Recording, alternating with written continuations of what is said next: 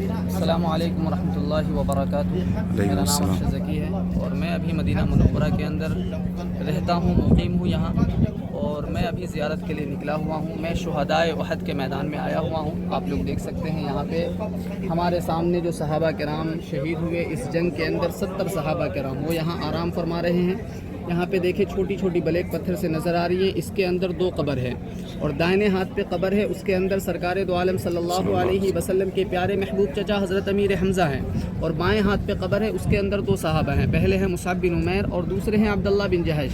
3 صحابہ یہاں ہیں، اور اسی طریقے کی جالی سامنے کی طرف ہے، اور اس سے پہلے بوسیدگی سی دیوار نظر آ رہی ہے، وہ ایک گڑھا ہے، ایک اجتماعی قبر ہے۔ یہاں ایک زوم کر دے تھوڑا، ہاں دکھانے کی کوشش کرے۔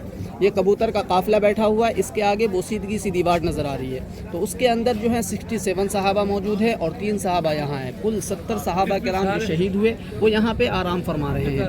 اللہ کے نبی صلی اللہ علیہ وسلم 50 تیر انداز صحابہ کو جبل الرومات کے اوپر کھڑا کیا۔ آپ کے دیکھیں پیچھے کی طرف جبل الرومات ہے، اس کو تیر اندازوں والا بھی پہاڑ کہتے ہیں۔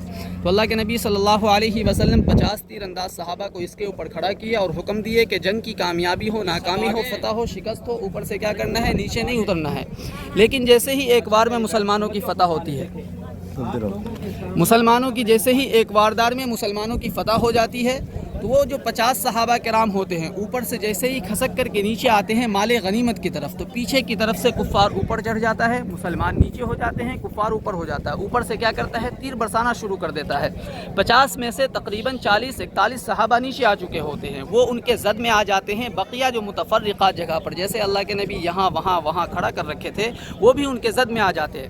تو ہم یہ نہیں کہہ سکتے صحابہ کرام سے غلطی ہوئی، صحابہ کرام سے ایک بھول ہو گئی، ایک چوک ہو گئی، جس کے بنا پر 70 صحابہ کرام کیا ہوئے، شہید ہو گئے۔ تو یہ آپ لوگ دیکھ سکتے ہیں، یہ پورا کا پورا میدان شہدائے احد کا میدان کہلاتا ہے۔ سامنے دکھائے ایک مسجد نظر آ رہی ہے، اس مسجد کا نام ہے سید الشہداء۔ حضرت امیر حمزہ کے نام سے یہ مسجد آج مشہور و معروف ہے۔ 2017-18 کے اندر افتتاح ہوئی۔ سامنے کی طرف دکھائے ایک پہاڑ ہے، یہ جبل احد کا پہاڑ کہتے ہیں اس کو۔ اللہ کے نبی صلی اللہ علیہ وسلم کا ارشاد ہے کہ یہ مجھ سے محبت کرتا ہے، میں ان سے محبت کرتا ہوں۔ کل قیامت کے روز جنت کے دروازے پہ ہوگا، جنتیوں کا کیا کرے گا، استقبال کرے گا۔ اور اس طرف جو پہاڑی ہے یہ ہے جبل الرومات، یہ اس کو تیر اندازوں والا پہاڑ کہتے ہیں۔ اور اس طرف دکھائے ایک پہاڑی نظر آ رہی ہے، یہ ہے جبل عیر کا پہاڑ، جس کو جہنمی پہاڑ کہتے ہیں۔ جس کے اوپر کانا دجال اترے گا، ساری حرکتیں کرے گا، لیکن حدود حرم کے اندر داخل نہیں ہوگا۔ تو یہ ہے شہدائے احد کا میدان۔ یہاں تاریخ اسلام کی دوسری جنگ عظیم ہوئی، جس کے اندر اسلام اور مسلمانوں کا بڑا نقصان ہوا۔ 70 صحابہ کرام کیا ہوئے، شہید ہوئے۔